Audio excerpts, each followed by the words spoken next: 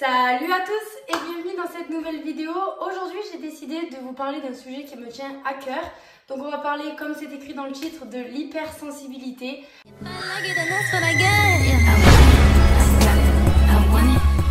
Alors tout d'abord, pourquoi je fais cette vidéo? Parce que j'ai été diagnostiquée hypersensible, mais j'ai été diagnostiquée hypersensible il n'y a pas si longtemps que ça. J'ai 23 ans et du coup pendant très longtemps, de nombreuses années, je ne comprenais pas mon hypersensibilité. Ça m'a créé quelques doutes, quelques interrogations, parfois même des petits traumatismes ou le fait de se sentir complètement différent, mis à l'écart, pas compris aux yeux des autres. Et du coup je me suis dit que j'allais faire cette petite vidéo pour parler de l'hypersensibilité. Aborder quelques sujets et quelques points importants pour les personnes qui peut-être se reconnaîtront. Ça peut aider peut-être certains d'entre vous qui ne se sentent pas compris, etc. On n'a pas tous la possibilité d'aller voir des professionnels, d'aller voir des psychologues ou autres qui peuvent nous aider à comprendre cela. Moi personnellement, c'est du coup ma psy qui m'a dit mais que j'étais hypersensible. Je m'en doutais depuis quelques temps, mais voilà, ça m'a aidé à vraiment conclure la chose et mettre un point sur ce que je ressentais. Du coup, on va aborder plusieurs sujets et j'espère que cette vidéo vous plaira. N'hésitez pas à me demander d'autres questions en commentaire si ça vous intéresse. Je pourrais faire une partie 2 pour toutes les choses que je n'ai pas abordées dans cette vidéo. On va commencer déjà tout d'abord avec qu'est-ce que c'est être hypersensible. Alors hypersensible, c'est bénéficier d'un processus de sensibilité sensorielle très fort. C'est-à-dire que en gros, vous avez des sentiments, vous avez des émotions. Et bien les hypersensibles, c'est tout qui est amplifié. Mais on va voir plus en détail tout ça parce qu'il y a beaucoup de personnes qui font l'amalgame et le raccourci de dire oui, tu es hypersensible parce que tu pleures tout le temps. Non, être hypersensible, c'est pas seulement ça, donc c'est pour ça que je fais cette vidéo et on va aborder ce sujet. Déjà, quand on est hypersensible, on est fortement stressé par les bruits répétitifs et très forts. Voilà, on a une ouïe qui est beaucoup plus développée et qui potentiellement peut déranger. Je donne un exemple, pour ma part, j'ai ma machine à laver qui est dans ma salle de bain, qui est dans ma chambre. Quand je mets en route ma machine à laver, c'est quand je sais que je ne suis pas dans la salle de bain, ni dans ma chambre, parce que le bruit répétitif du tambour de la machine à laver me stresse. Ensuite, nous sommes sensibles aux différences. Donc ça peut être dans l'art, dans les couleurs, les nuances, ou la différence tout simplement dans les goûts, ou le fait de s'ouvrir plus aux autres, la compréhension. Le fait d'avoir une ouverture d'esprit et les autres personnes, voilà, on est plus sensible aux différences, très observateur. Du coup, ça va avec, donc on perçoit les nuances sensibles et subtiles. Par exemple, en ce moment sur TikTok, il y a un filtre là avec les couleurs et il faut voir si on arrive à différencier la couleur qui est différente, etc. Vous pouvez par exemple vous amuser à tester ce genre de test. Vous verrez que normalement vous avez des bons scores parce que vous êtes beaucoup plus sensible à voir la différence, même au niveau des yeux. On a le sens de l'intuition. Malheureusement, pour ma part, c'est quelque chose que je ne m'écoute pas. On en parlera tout à l'heure dans une autre catégorie. Donc on a le sens de l'intuition. Vous avez une intuition très affinée, très... voilà, je ne sais pas comment expliquer, mais voilà, quand on dit ouais c'est mon intuition, écoutez-vous, c'est votre vous intérieur et c'est il faut y aller, c'est la première impression, la première intuition, souvent on ne se trompe pas, on a une bonne intuition. Ensuite, donc le plus gros de l'hypersensibilité, c'est ne pas savoir gérer ses émotions et malheureusement essayer de les réprimander, de les réprimer, de les garder pour soi, de rien extérioriser parce qu'on en a souvent honte ou parce qu'on ne les comprend pas en fait. Voilà, mais on va en revenir aussi. On est très sensible aux émotions des autres. Voilà, donc c'est l'empathie, la bienveillance. On ressent les émotions des autres comme si c'était les nôtres. Et parfois même, du coup, on a beaucoup de mal à gérer quand c'est des personnes qu'on aime. Beaucoup de mal à gérer la situation. Moi, je sais que quelqu'un qui pleure d'une situation qui le rend triste ou quelque chose qui l'affecte, qui lui est seulement personnel, je ne suis pas concernée, je vais le vivre comme si ça c'était moi en fait. Parce que la personne que j'aime, je la vois pleurer, je la vois mal et ça va m'affecter. Comme le stress, c'est très communicatif. On a beaucoup de mal avec l'amour. Alors je m'entends, l'amour ça peut être l'amitié, ça peut être la famille, ça peut être les relations amoureuses. On a beaucoup de mal avec l'amour parce que c'est pareil, c'est des émotions tellement fortes qu'on ne sait pas les gérer. Les personnes hypersensibles ont très souvent du mal avec les relations amoureuses et ont souvent tendance à basculer dans des dépendances affectives. Si ce sujet vous intéresse aussi, je peux l'aborder dans une autre vidéo. Ça me ferait plaisir aussi. C'est un sujet très fort et qui m'affecte aussi. Mais hypersensibles ont beaucoup de mal avec l'amour, que ce soit le donner ou l'apporter, ou quand on nous l'apporte. On ne sait pas gérer le trop plein d'amour quand on tombe amoureuse d'une personne ou amoureux.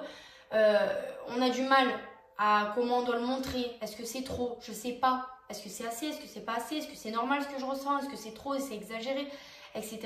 Et pareil, quand on nous donne de l'amour, c'est la même chose. On ne sait pas vraiment gérer. On ne sait pas vraiment recevoir cet amour. Et donc du coup, être submergé par les émotions, voilà, on ne sait pas contrôler toutes ces émotions qui viennent à nous, on ne sait vraiment pas les gérer. Et ça forme du coup le plus gros souci, on va dire, de l'hypersensibilité, c'est de penser tout le temps. Un hypersensible pense tout le temps, même quand on dort, on pense. Voilà. Il faut savoir que, on va l'aborder du coup tout à l'heure, les hypersensibles ne se reposent jamais. Voilà, le fait d'avoir tout le temps des émotions, c'est les montagnes russes. On est soit très très bas, soit très très haut. On n'a pas de milieu, on n'est jamais neutre. L'expression « Jean qui rit, Jean qui pleure », nous, elle nous colle à la peau. Je peux me la faire, je pense, tatouer. C'est le principe de l'hypersensibilité, c'est qu'il n'y a pas de juste milieu. On peut pleurer et une minute après rire. On peut rire et une minute après être triste. Et il faut savoir que les émotions, parfois, on ne les comprend pas soi-même. Du coup, c'est difficile de les expliquer aux autres. Des exemples où bien, les critères, les caractéristiques de l'hypersensibilité. Cette catégorie, du coup, elle va pouvoir vous aider à vous retrouver ou non. Vous dire, ah ben, je connais une telle personne qui est comme ça. Peut-être je lui envoie cette vidéo. Potentiellement, elle est hypersensible, elle ne le sait pas. Ou elle le sait et... Cette vidéo, elle n'est pas seulement pour les hypersensibles, elle est pour les personnes qui peuvent côtoyer des hypersensibles et qui n'arrivent pas à comprendre les hypersensibles. Ces choses que nous-mêmes, on peut comprendre que vous ne comprenez pas parce que parfois, on ne se comprend pas nous-mêmes. Alors, on n'arrive pas à gérer, donc expliquer son hypersensibilité, c'est hyper difficile. Une personne hypersensible pleure très souvent, mais que ce soit de tristesse, de joie, de colère, quand elle a peur. Pleurer, ça lui permet d'extérioriser. Ça peut être devant les films, ça peut être des livres. Moi, je sais que quand j'adore la lecture, c'est voilà, quand je lis, c'est comme si je vivais à la place du personnage principal. C'est comme si c'était moi qui rentrais dans l'histoire. Je peux pleurer pendant des heures. Et quand je finis un livre, cette sensation de serrer le livre contre mon cœur et de me dire... Wow, cette histoire m'a bouleversée. Ça, c'est quand vous avez lu un très bon livre. Mais les hypersensibles ont cette capacité de se mettre à la place du personnage et de vraiment vivre les émotions tellement intensément que parfois, je fais du coup des pauses lecture parce que c'est trop intense. Ensuite, la souffrance des autres est très difficile à supporter, comme on disait tout à l'heure, encore plus si c'est les personnes que j'aime, car je ressens toutes leurs émotions. Voilà, comme je vous expliquais, que ce soit l'anxiété, la joie, c'est très communicatif. Nous, en fait, on absorbe je pense que c'est le mot, on absorbe les émotions et les sentiments des autres personnes qui nous entourent, mais encore plus des gens qu'on aime. Là, on va passer à un sujet qui me tient à cœur, et c'est pour ça aussi que j'ai fait cette vidéo. C'est le fait de se sentir incompris, complètement différent et mis à l'écart. J'ai souvent eu cette phrase qui m'insupporte parce que pour moi c'est de l'injustice.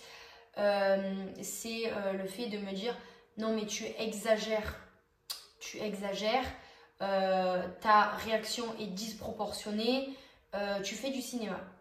Pour nous, quand on s'énerve, peut-être que c'est pour telle personne ou telle personne, c'est quelque chose qui n'a pas lieu de faire une crise ou de le prendre de cette manière. Mais il faut comprendre qu'on ne le contrôle pas. C'est comme un petit bouton qui s'active dans le cerveau. En plus, si c'est quelque chose qui vous tient à cœur par rapport à votre passé, un trauma ou peu importe, la colère immédiate va être mais énorme. Et le processus qui se passe, c'est que on ne gère pas nos émotions, on ne gère pas le fait que la colère soit là. Comme je vous ai dit, c'est les montagnes russes. Quand on est en colère, les émotions, on les vit à fond. La colère, c'est une émotion très forte, très intense. De dire un tout petit truc où je pourrais passer au-dessus, je ne vais pas y arriver. Et ça va être au-dessus de mes forces. Et si malheureusement, je me dis, je le garde pour moi, le jour où ça va sortir, ce sera 3 fois pire que si je l'avais dit sur le moment même. Le fait de se sentir incompris et de dire tout le temps mais t'exagères, non mais ça mérite pas de s'énerver comme ça, ou tu pleures pour rien, de toute façon tu pleures tout le temps. Oui, ben je pleure tout le temps mais j'en ai besoin en fait. Il faut comprendre qu'il faut s'écouter soi-même en fait. Si vous avez envie de pleurer toutes les 3 minutes, vous pleurez toutes les 3 minutes. Si là à ce moment-là, la chose que la personne a faite, ça vous rend mal, ça vous rend triste, ça vous rend en colère, ça vous rend joyeux ou peu importe, et qu'on vous dit mais c'est exagéré. Je parle beaucoup de la colère et de la tristesse, mais j'ai un exemple tout bête à donner. Je suis allée voir Top Gun au cinéma et j'étais tellement dans le film, l'action, c'est un film que j'adorais, que j'avais envie de me mettre debout et de crier.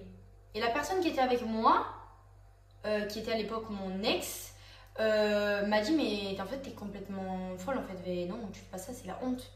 Mais en fait ça m'a frustrée parce que je me suis dit ok, il faut respecter autrui, mais à qui je fais du mal, si peut-être pas je me lève, mais je fais waouh comme ça, parce que j'ai envie de crier, parce que le film je le trouve trop bien et que je suis dans l'action, à qui j'emmerde.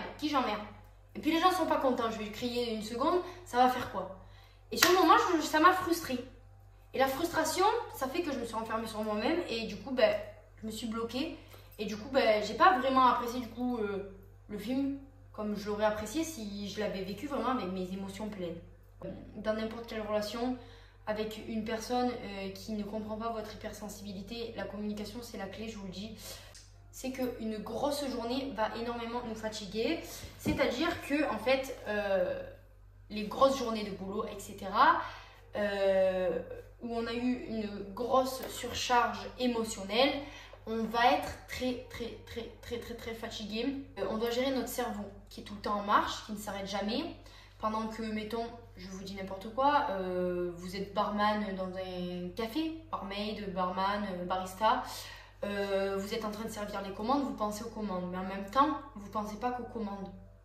Vous pensez à l'encaissement, vous pensez à l'encaissement, mais en même temps vous pensez ah il faut pas que je me trompe dans les sous et les machins et le ticket et les machins et nani et nana et ça on m'a dit ça, après il faut que je fasse ça et après ma tenue, et on pense à tout le temps. Et ça peut être des trucs qui ont rapport avec ce que vous êtes en train de faire, comme un truc qui n'a rien à voir. Si par exemple il y a un truc qui vous a contrarié la veille ou un événement qui est en train de se passer dans votre vie, qui change totalement votre routine ou quoi que ce soit, c'est forcément ça va vous créer de l'anxiété et vous allez le retransmettre dans votre cerveau en fait. Ça va être toute la journée, vous allez penser qu'à ça. Du coup, ça va avec ça. Mon cerveau ne fait jamais de pause. Je réfléchis tout le temps, même la nuit.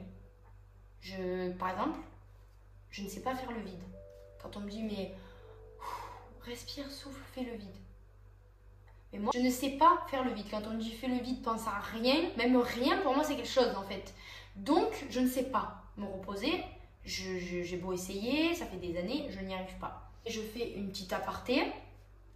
Si vous êtes avec une personne hypersensible et que cette personne, je parle que ce soit une amie, un copain, une copine, votre mari, votre femme, n'importe, et qu'elle s'endort très souvent quand elle est avec vous, ne le prenez pas mal. Franchement, prenez-le justement comme quelque chose de bien, ça veut dire que vous l'apaisez. Les hypersensibles, du coup, vu qu'on ne fait que réfléchir, on est très souvent insomniaque. Et on s'endort que d'épuisement. Si la personne, à chaque fois qu'elle est avec vous, elle se sent apaisée et qu'elle s'endort très rapidement avec vous, c'est que vraiment elle se sent bien à vos côtés, donc prenez-le comme quelque chose de positif. On est très sensible du coup aux couleurs. Les fortes couleurs, ça peut nous faire du mal. Genre, la lumière très forte, je vous ai parlé du bruit, mais Je vous ai parlé du bruit, mais il y a la lumière. Pardon, j'ai le OK. Il y a la lumière, les lumières très très fortes, les bruits très très forts, les bruits répétitifs, mais aussi les odeurs. Alors, c'est pas chez tout le monde, mais les odeurs, moi je sais que les fortes odeurs ou les odeurs très atypiques, je ne peux pas. Parce que ça me monte à la tête. Le dissolvant, c'est une odeur, je ne peux pas. Je ne peux pas. Il y a des odeurs, ça peut être de la nourriture. Quand je passe dans des rues où il y a de la nourriture, j'ai un réflexe vomitif. Pourtant, j'adore manger, j'adore la nourriture, j'adore les... Voilà. Mais les odeurs trop fortes, un parfum trop fort, quelqu'un qui se met trop de déo, ou trop, ça me prend. Et vraiment, il y a des odeurs où on est trop sensible et ça peut vraiment nous rendre mal. On est vraiment très sensible sur tout ça. On va parler des besoins de la personne hypersensible, qui sont entre guillemets nécessaires pour vous aider à gérer cette hypersensibilité. La sensibilité ne part pas. Voilà, c'est quelque chose qui va rester avec vous toute votre vie, c'est vous et vous-même. Il va falloir apprendre à vivre avec, alors autant avoir des petits conseils. Alors le premier conseil que je peux vous donner, c'est de prendre le temps de calme que vous avez besoin, de vous ressourcer.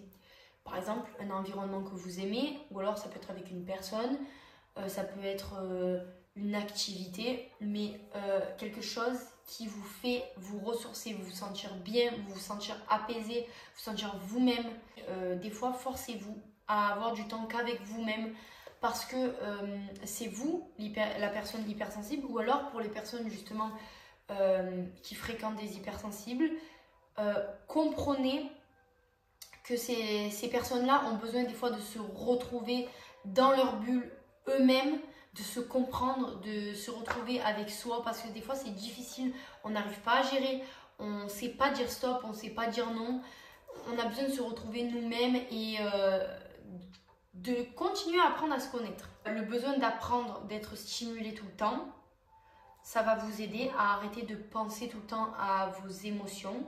Donc vous aimez la peinture, testez différentes sortes de peinture, différentes manières de peindre, différents supports. Si c'est dessiné, c'est pareil. La musique, par exemple votre style c'est le rap, allez chercher ailleurs, allez écouter d'autres styles, demandez à votre entourage, toi t'écoutes quoi comme style de musique. Écoutez, même si forcément vous n'aimez pas, mais essayez d'en apprendre plus. Ça peut être sur les livres, l'histoire, une matière qui vous passionne, autre chose. Allez en profondeur dans les choses et vraiment ne vous restreignez pas sur le fait d'apprendre, de vous sortir de votre quotidien, d'essayer de vraiment aller voir d'autres choses qui potentiellement sur le premier abord ne vont pas vous convenir, mais dans tous les cas de tester, d'essayer. Les hypersensibles, il faut savoir qu'on a besoin de beaucoup d'amour et beaucoup d'affection, comme la plupart des personnes, mais encore plus. Alors, n'ayez pas peur de le demander. Voilà, j'ai besoin d'un câlin. Là, je me sens pas bien. Communiquez, que ce soit avec votre famille, avec vos amis, avec votre personne qui vous accompagne. N'ayez pas honte de dire les choses, de dire, je suis dans le down aujourd'hui, mauvais mood, je me sens pas très bien. J'ai besoin de câlin ou une petite affection ou un petit message qui me rassure, quelque chose qui me montre que voilà, tu es là pour moi, tu es présente, tu me comprends, tu me soutiens. La chose la plus importante du coup, c'est communiquer avec soi-même. Apprendre à extérioriser ses émotions pour éviter qu'elles soient trop intenses. Écoutez-vous. Écoutez-vous. Allez faire un tour, ou parler, écrivez, chantez, je sais pas quelle est votre zone de confort, enfin votre petit truc à vous qui fait que voilà, c'est vous. Genre c'est votre truc qui fait que là vous êtes bien, ça va vous aider. Il y en a ça va être partir faire du sport, d'autres ça va être faire un tour marcher ou aller voir son meilleur pote, sa meilleure pote, aller voir la personne qu'on aime. Ça peut être écrire, ça peut être chanter. Pour ma part j'aime beaucoup chanter. Ça peut être dessiner, peu importe, mais faites la chose qui vous tient à cœur sur le moment et écoutez-vous. L'émotion c'est la base de l'hypersensibilité. Si vous réprimez vos émotions et que vous en avez honte, en vous disant je culpabilise, mais alors là c'est pas bien ce que j'ai fait, j'aurais pas dû réagir comme ça, mais pourquoi je réagis comme ça, c'est trop exagéré, etc. Vous réprimandez vos émotions, vous faites en sorte que ce que vous ressentez c'est pas légitime, alors que c'est tout à fait légitime. Vous n'êtes pas comme toutes les personnes. Vous avez cette petite différence qui fait que c'est l'hypersensibilité. Il faut savoir s'accepter soi-même. Accepter vos émotions, accepter que vous n'êtes pas bien. Aujourd'hui, je suis pas bien, je sais même pas pourquoi, mais aujourd'hui, je suis pas bien. Aujourd'hui, je suis très joyeuse. Alors que peut-être je devrais pas l'être. Eh ben, c'est pas grave, vous êtes très joyeux. Du coup, on va parler de comment s'améliorer encore une fois. Donc, comme je vous ai dit, extériorisez, respectez vos besoins, adaptez votre environnement, apprenez à vous aimer seul, à vous comprendre. Pour clôturer tout ça, je vais vous donner des petits tips qui peuvent potentiellement vous aider. Du coup, j'ai des livres qui m'ont moi aidé à comprendre que j'étais d'abord hypersensible et ensuite comment gérer son hypersensibilité plus en profondeur. Le livre Hypersensibilité de Saverio Tomasella et Cédric Vitali. Ces gens qui ont peur d'avoir peur de Hélène Aron, qui est incroyable. Et pour savoir vraiment si vous êtes hypersensible, il y a le livre Suis-je hypersensible de Fabrice Midal. C'est très très bien.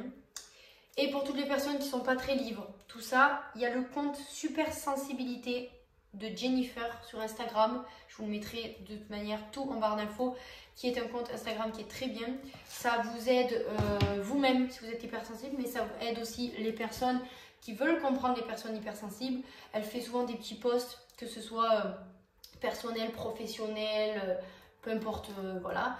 Elle dit, voilà, les 5 trucs que détestent les hypersensibles, pourquoi ils pensent comme ça, pourquoi ils font ça, les choses qui les rendent heureux, ce qu'ils aiment, etc. C'est des petits posts, c'est facile à lire, c'est facile à comprendre. N'hésitez pas à partager aussi parce que ça peut faire du bien. C'est pas un sujet qu'on aborde tout le temps, c'est pas un sujet que les gens comprennent forcément. Donc n'hésitez pas à partager cette vidéo, partager ces comptes, parler de ces livres. Vraiment, écoutez-vous vous-même parce qu'il n'y a personne qui vous connaîtra mieux que vous-même en fait. Et qui vous aimera mieux que vous, comme vous êtes. Voilà, j'espère que cette vidéo vous aura plu, que ce sujet vous aura servi. J'espère vraiment avoir des bons retours et que cette vidéo servira à bon nombre de personnes. N'hésitez pas à me dire en commentaire du coup si vous souhaitez que je fasse une vidéo sur la dépendance affective ou d'autres sujets qui pourraient être tout aussi importants. Je vous fais des bisous. Ciao!